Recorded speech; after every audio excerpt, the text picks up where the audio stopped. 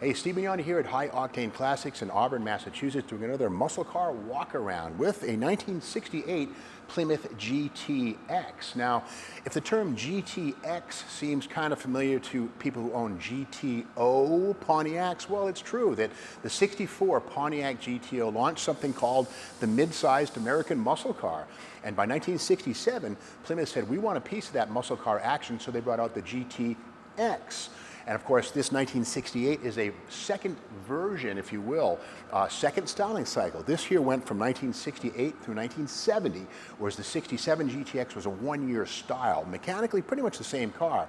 And the beauty of the GTX was standard 440 cubic inch big block power. In other words, 7.2 liters, while Pontiac gave you a 6.5 or 400. So Plymouth said GTX stood for the GT exterminator. In other words, this car would exterminate the GTO, and well done, really, with the 440 cubic inch big block, standard stuff. And you could also get another engine under the hood, the 426 Hemi. But again, the GTX was standard fare with a 440 Super Commander under the hood, 375 horsepower. Now the GTX, of course, was only available as a two-door hardtop or a convertible. There were no sedans, no pillar coupes, no four doors, no wagons. So it was strictly a fun, personal muscle car, if you will. This one here, of course, is done up in a beautiful shade of gray, gold, and the black vinyl top, which was an option. But something kind of neat we see right here, the iconography, GTX, once again, GTO, exterminator, pretty cool. And the horizontal tape stripes here, seen for the first time in '68 on the GTX, which identified as a 440 cubic inch GTO killer. Hate to say it, but it's true. Now the wheels on this are very similar to the originals. These are a larger version of the Magnum 500. The original wheel would have been a 14 by 5.5, not too big. These are 15 by 7s or 15 by 8s, which are bigger. They take a modern radial tire, no harm done there. And one of the beautiful things about the GTX, like the GTO, is they were mid-sized cars with plenty of room for the family. And inside the trunk, we'll use that term again, commodious, and what we'll find in here is a large trunk compartment with plenty of room for a week's worth of groceries.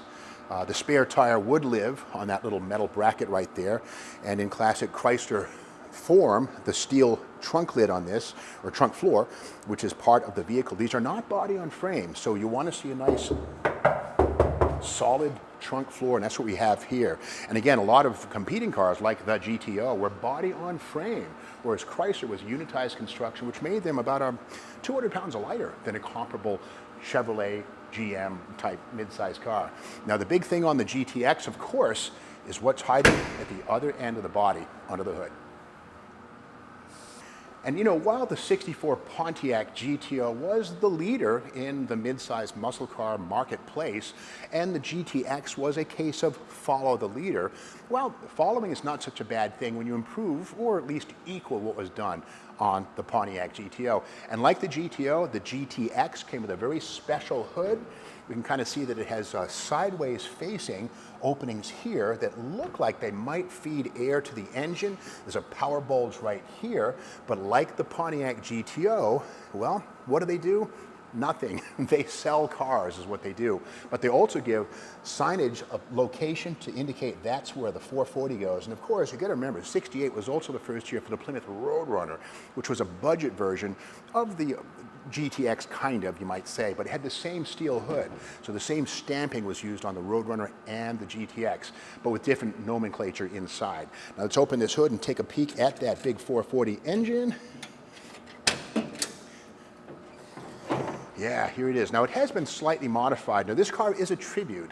The VIN tells us this car was originally born a sports satellite. No harm. Mechanically it has been upgraded with all of the things you want to have in a GTX, including the 440. And in fact, even better than the standard single 4-barrel, this one has Edelbrock aluminum heads instead of the cast iron cylinder heads that would have come from the factory. An aluminum 6-pack intake, again an Edelbrock piece, and yes, underneath this air cleaner are 3 Hawley 2-barrel carburetor, something that didn't come along on the GTX until 1970 as a factory option. So this is kind of a greatest hits. Nothing wrong with that.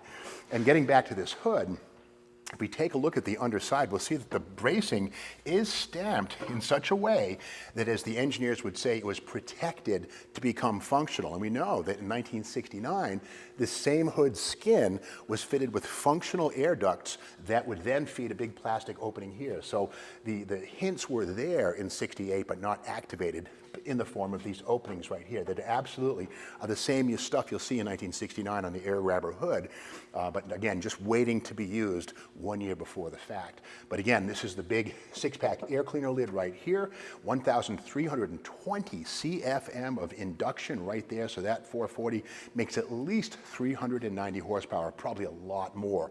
Again, it has aftermarket heads, tube steel headers, a lot of things that make it even hotter, probably something like 500 horsepower going on here. Now, something kind of cool with this one, the person who put this one together did a fantastic job. It's a rust-free vehicle for one, but they also had a sense of Mopar history. We see right here the voice of the Roadrunner. Now, all of you folks who have your Roadrunner history down, this is the famous beep beep horn. You can almost hear it. It wants to go beep beep because it's a floating horn. There's a bracket here that actually allows it to resonate. You can see right there a couple of little tabs of metal. Now, here's the thing. Underneath it is an actual Plymouth GTX type horn. This is the regular horn. It's a trumpet horn. Let's check out the difference in sound. Stay right here and I'll honk that real quick. Now, this is the standard horn found on any non-Roadrunner. Okay, now that's the standard trumpet type horn that you would hear on a GTX or a Satellite or a Belvedere, but not on a Roadrunner. We'll switch the wires around right here, and now we'll find out what the voice of the Roadrunner sounds like, courtesy of Warner Brothers. Here we go.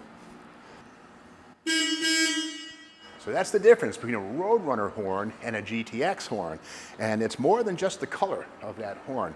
But again, if you like the sound of this horn, you'll love the sound of this engine. So stick around to the end of this video when this 446 pack will roar to life. Now, the big thing on this car is what's under the hood, but equally important is what's behind the firewall. We're going to talk about the transmission and interior now. Yeah, inside this GTX Tribute is a beautiful interior. Again, a sports Satellite, which is what this is based on, would have had the optional high back buckets. We see them here with the headrests on them. This also has the optional buddy seat. In other words, the two buckets, but the center here can double as a spot for a third person, or a little armrest if you just want to go down the road with two people up front. Now, this one is an automatic car. Here's the 727 torque flight, but this little switch right here goes to the gear vendors gear splitting overdrive unit. So on the back of that heavy duty 727 is a device that lets this thing cruise along at maybe 1,600 RPM at 80 miles an hour. Gear vendors are cool, and this one has a gear vendors behind that 446 pack. Nice touch. This has the wood grain applique inside, as you'd find on the GTX. And these parts are available in reproduction and just a nicely detailed interior. And keep in mind that column shifted torque flight automatic was the standard deal on GTX. You pay a little extra for the console in the middle if you didn't mind the loss of the 3 across front seating. But again, I'd say this is a great example of a 446 pack family car. Room for 3 in the front and 500 foot-pounds of torque. Yeah, this car is full of nice details, including the 1968 specific door handle with the black plastic button. 1969, this would go to a metal chrome button. So little things like this really go a long way to building the right feel of a car, and that's what we have in the case of the 68 GTX Tribute.